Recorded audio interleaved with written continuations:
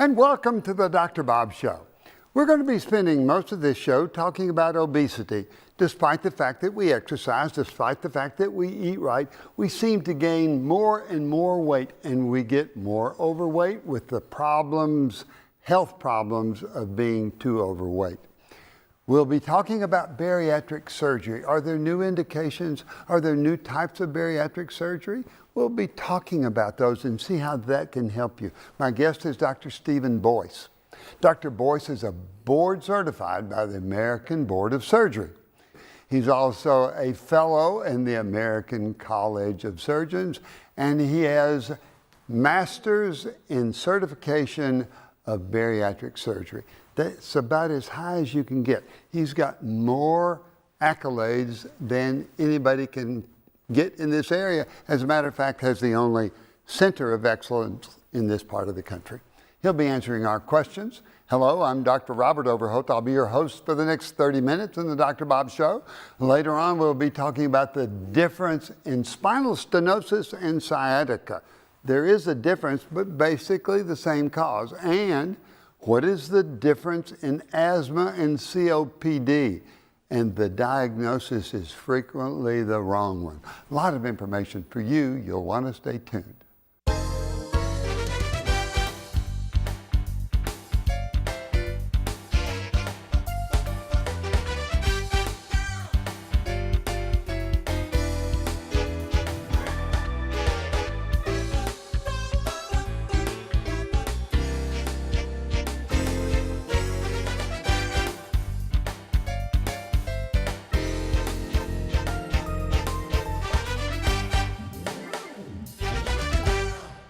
We're talking with Dr. Stephen Boyce, board certified surgeon, has his master's certification in bariatric surgery, weight loss surgery. That's as high as you can get. Steve, welcome to the Dr. Bob Show. Thank you so much for having me. How long have you been doing bariatric surgery? Oh gosh, about 28 years now. So it's been a long time. Have you seen things evolve over the last 5 or 10 years that seem to help patients more? What are some of the changes? I think one of the biggest changes in the past 5 or 10 years would be the growth of the sleeve gastrectomy. A sleeve gastrectomy. Now, you got a stomach, that's the gastric part. What is a sleeve gastrectomy? Well, the sleeve gastrectomy is an operation where we put a skinny tube along the left side of the stomach, and then we remove the majority of the stomach. So it's not a great name because people feel like we're wrapping something around the stomach, but we're not. The stomach is made into a long, slender, sleeve-shaped stomach. So when you take out that part, the greater curvature of the stomach, yes, sir. And that's where some of the hormones that make people say they're hungry and stuff, you're bypassing that with a tube, or you're making that part of the stomach skinnier? We're removing that part. The tube is more of a sizing tube so that we'll know how big to make the sleeve. So how do you know how to size for the different patient? What do you do for that? Well, we pretty much make the same size for every patient. Mm-hmm. We want the stomach to end up about the size of a large banana, maybe hold 5 or 6 ounces. So it would even sort of look like a large banana too, wouldn't it? It does. The gastric sleeve there. What are indications? So if we're going to guide somebody toward a gastric sleeve or toward bariatric surgery, what are the indications? What brings somebody saying, I just can't lose weight, I've got to have the surgery? Well, patients who have tried everything come to see me. Nobody comes to see me first, and they shouldn't. Bariatric surgery is for patients who are considered medically severely obese. That means having a body mass index of at least 35 with comorbid conditions. So a BMI, body mass index, of 35 with comorbid conditions like what? Well, when patients develop severe obesity, sometimes they get sick from it.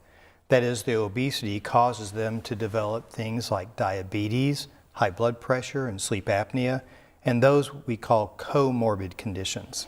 So they end up having type 2 diabetes, heart disease, lipid problems, hypertension, and the list goes on, obstructive sleep apnea. Why does obesity cause obstructive sleep apnea? Because they really can't breathe well because of being too overweight? Yeah, I believe that is it. They have increased abdominal pressures, increased soft tissues around the neck and in the throat that collapse when they relax and lay flat, and then it blocks their airway and they cannot breathe.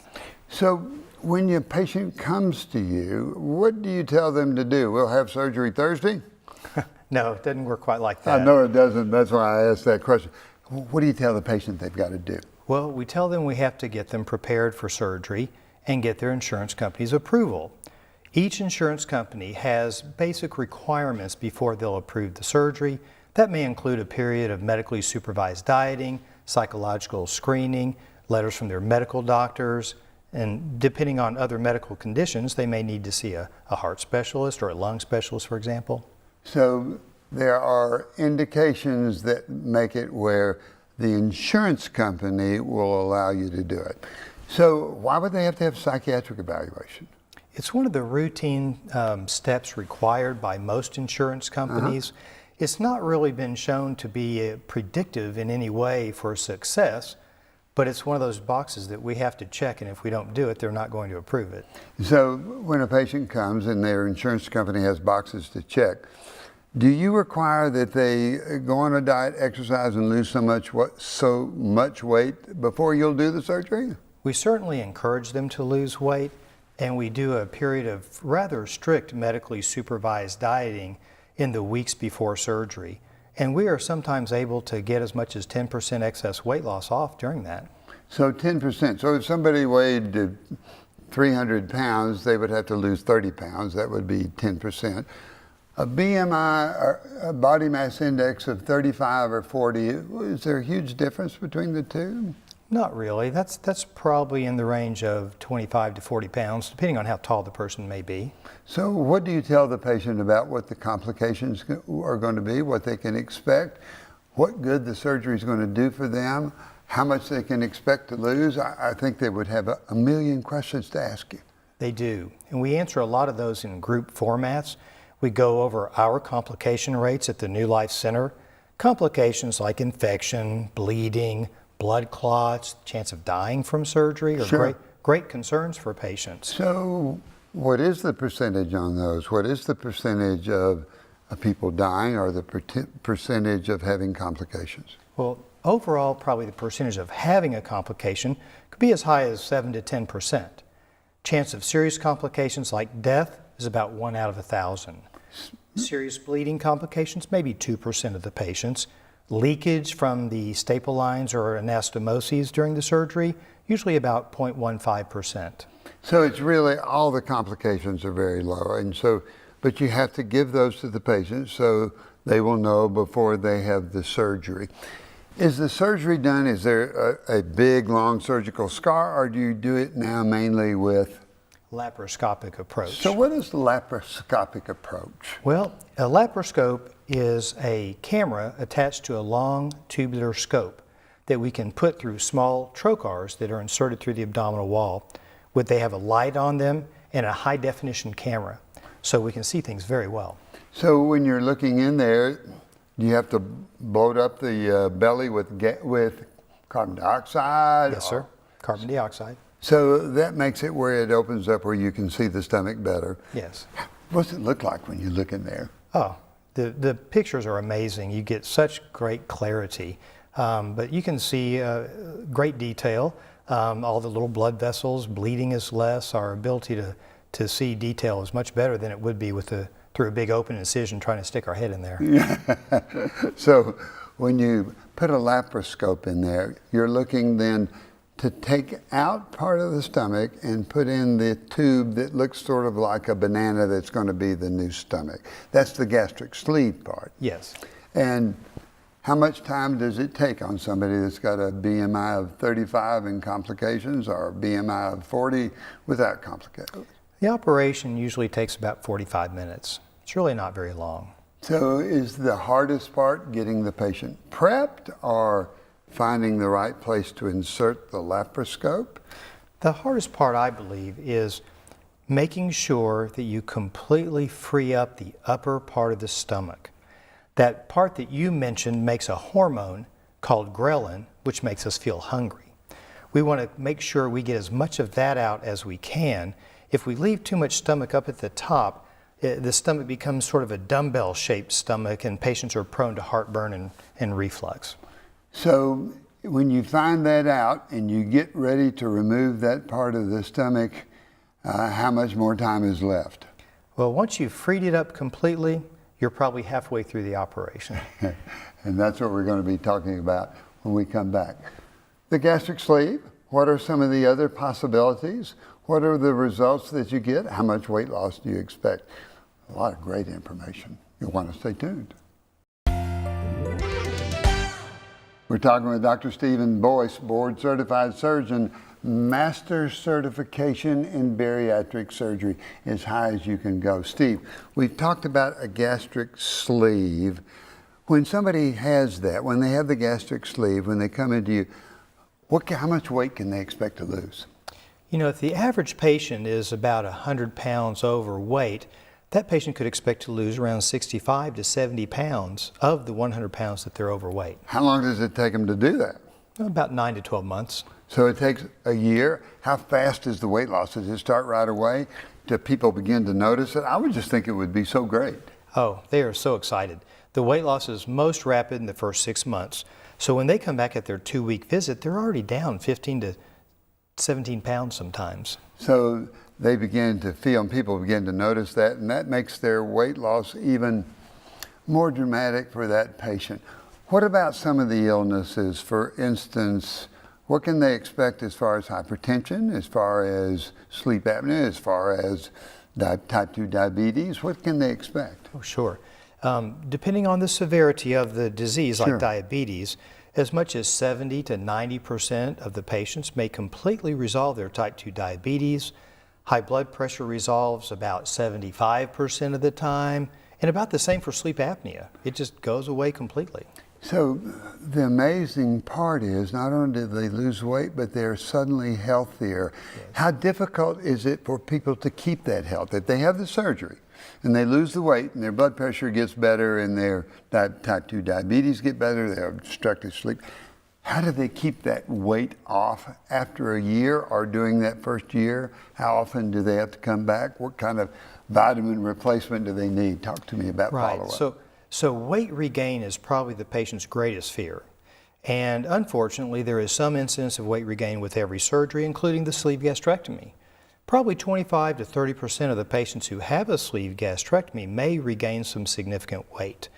I tell my patients, I think the trick is to stick with the plan. Our plan is to have 3 healthy meals a day, high protein, low carb, low fat meals, and regular activity. So when you're saying 3 meals a day, how big is the stomach with a gastric sleeve? How much can you put in the stomach?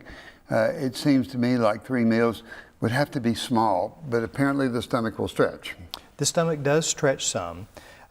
We'd like it to end up holding about 5 or 6 ounces, about the size of a large banana, as we mentioned. Mm-hmm. But they can eat enough healthy food at lunch to make it to dinner without being famished and needing to snack. The idea is we're trying to get away from high carb meals.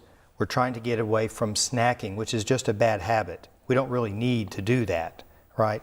They'll be able to eat enough healthy food at breakfast to make it to lunch, at lunch to make it to dinner. So do people come back for counseling? Do you have a counseling group? If somebody has the gastric sleeve, they start to lose weight, and they feel so proud of themselves, do you have them come back regular to weigh to keep them on track? Absolutely. They'll come back and meet with the exercise physiologist. They'll meet with the dietitians. They'll meet with psychologists when appropriate. So you have an exercise physiologist that helps them out? Master's level, yes. Master's level. So that's, what is he able to do with them? Talk with each one and find out what their problems are, how to get them to... Sure, and we all have physical limitations. So the physiologist will find out what those are, find out what the patient has access to in the terms of equipment or whatnot, what they like to do, and collaboratively together sort of make a plan for their activities. So how often do they see the physiologist, the exercise physiologist? They see him once every 3 months, once a month? Probably start seeing him about 4 months after surgery, mm-hmm. and see him a couple times during that first year, 2 or 3 times during the first year. How about nutrition guidance?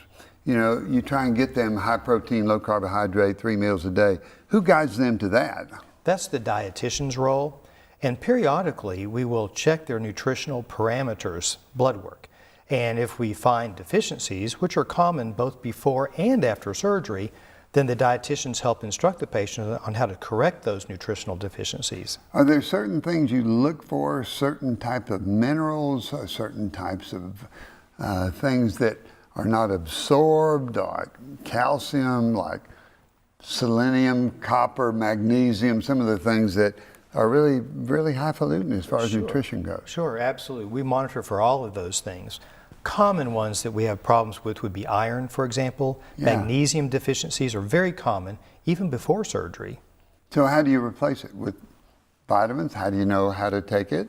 You've got a new stomach in there. Where is it absorbed? From that new stomach or from the small bowel? Well, all of our nutrition pretty much is absorbed in the small bowel. We're fortunate now to have guidelines, what we call clinical practice guidelines from our medical societies, on what vitamins and mineral supplements patients should take after sleeve gastrectomy, for example. Now, that little formula is not going to be perfect for every person, so we still have to check the blood work periodically and adjust that formula to make it custom just for that patient, if you will. So let's say somebody loses 60–80% of what they wanted, and you've guided them toward correction and how to get it lower. If you didn't use the gastric sleeve, what other procedures are available to people? The common ones today are probably the gastric bypass would be the next most commonly performed procedures. The bandings are a great concept, but in practice they don't work as well as we'd like.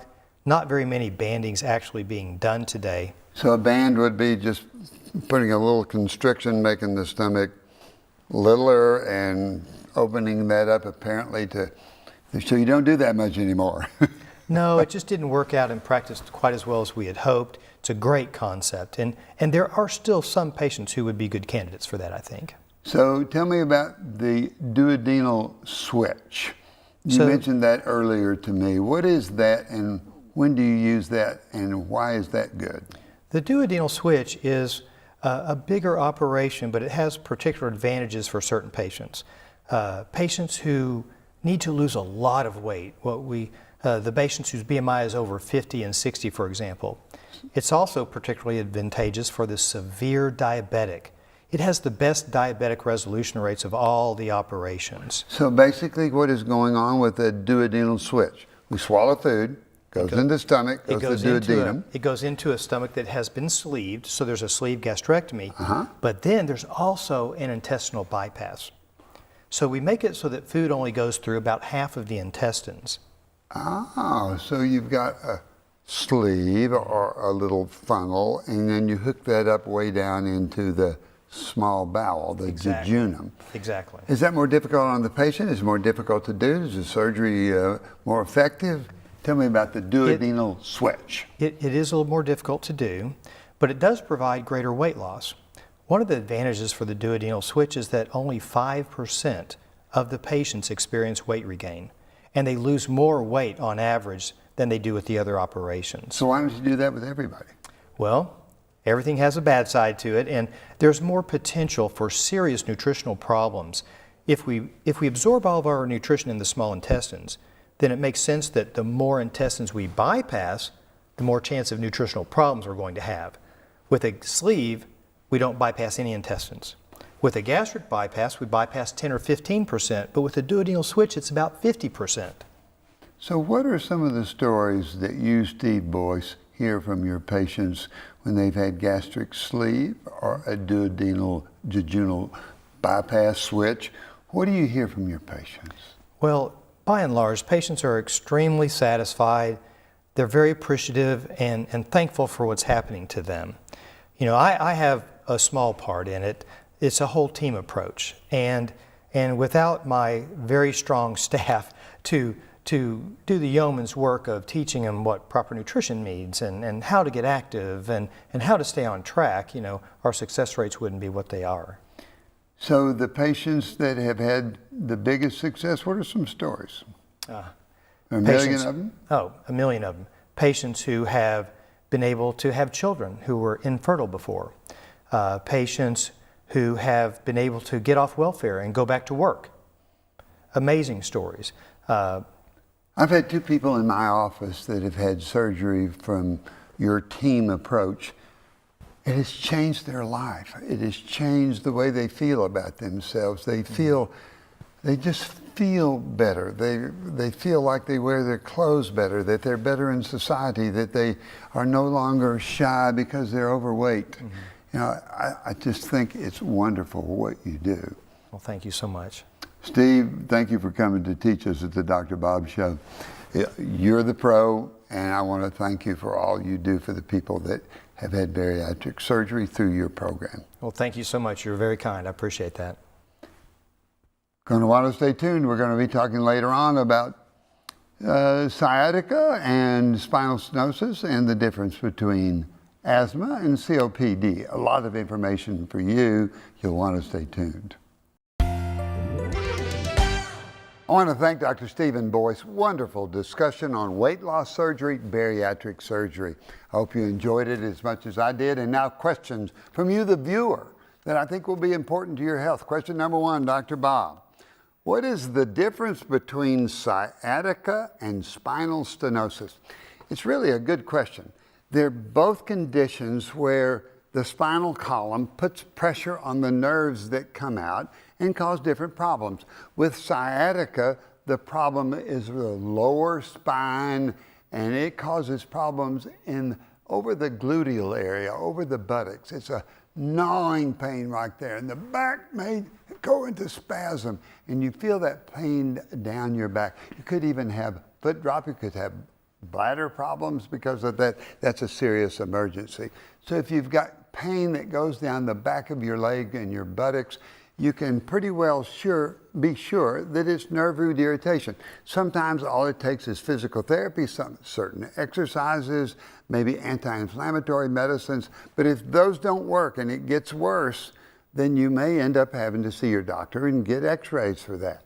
Now, spinal stenosis can be in the neck or in the low back also, and that's where the spinal column has protection from the dura, from the lining of it, but where the nerves come out, it causes irritation and low back pain.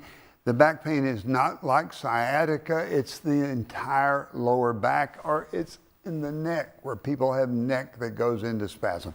So it's the same thing. It's going to be alternating heat and ice. It's going to be getting physical therapy. It's going to be taking anti-inflammatory medicines. It would be better if you had the guidance of your physician to do this. Too often we make mistakes in not understanding what's going on. If it's acute spasm of the back, usually they go away in 6 to 8 days. But if that doesn't happen, and if it persists for 2 weeks, then know that your doctor can take x-rays. They can find the place where there's narrowing, where there's irritation of the nerve roots that come out, and hopefully they can put you on a program that won't require surgery. Now, surgery, modern day, for spinal problems is so much better in the past that we're not as hesitant to do that. So be sure that you talk it over with your doctor and get on the right program. Question number 2, Dr. Bob. I had the diagnosis of COPD, and I don't think I have that. I think I have asthma. What's the difference? Well, we're learning that asthma is a reversible airway disease where there's bronchospasm, where there's inflammation, where the airway narrows and we get cough and wheeze and shortness of breath. On the other hand, COPD usually doesn't have the reversibility as much as asthma does. But there seems to be a crossover now between the two. And the only way you can make a true excellent diagnosis is with spirometry and after the doctor takes a history. If you've been smoking, that pushes it towards COPD. If you've got allergy, that pushes it toward asthma. If it started in early life, that pushes it toward asthma. If it gets later on, it pushes it towards COPD. But they can all intermingle with each other. And when you do spirometry, if you look at the spirometry and then you use nebulization, that's medicine to help open up the lungs. If it improves 15%, it pushes it toward asthma. If you don't have much improvement, it pushes it towards COPD. Sometimes the treatment is very similar. There are great medicines to take away inflammation, to open up the lungs, medicines specifically for COPD, and now we're getting better and better and easier inhalers to use. So be sure that you have spirometry. Be sure that your diagnosis is correct. Be sure if you've got allergies that you get them corrected, and be sure if you've got COP, know that you've got to stop smoking, and it doesn't mean a death sentence. All the time that we have for this show. Remember, you got to be exercising. You got to be exercising 5 days a week. Hopefully it's 20, 30, 40 minutes. The more pain, the more gain. It will help almost every type of illness that you have and make you feel better. Eat properly. 3 good meals. Maybe you need to eat little small portions several times a day. It will depend on your needs as a person. Be sure that you're sleeping those 7.5 hours. Know that sleep is so important to your health. Be sure you get that 7.5 hours of sleep. And most of all, we want to giggle. We want laughter in your life, because that's going to make you healthier.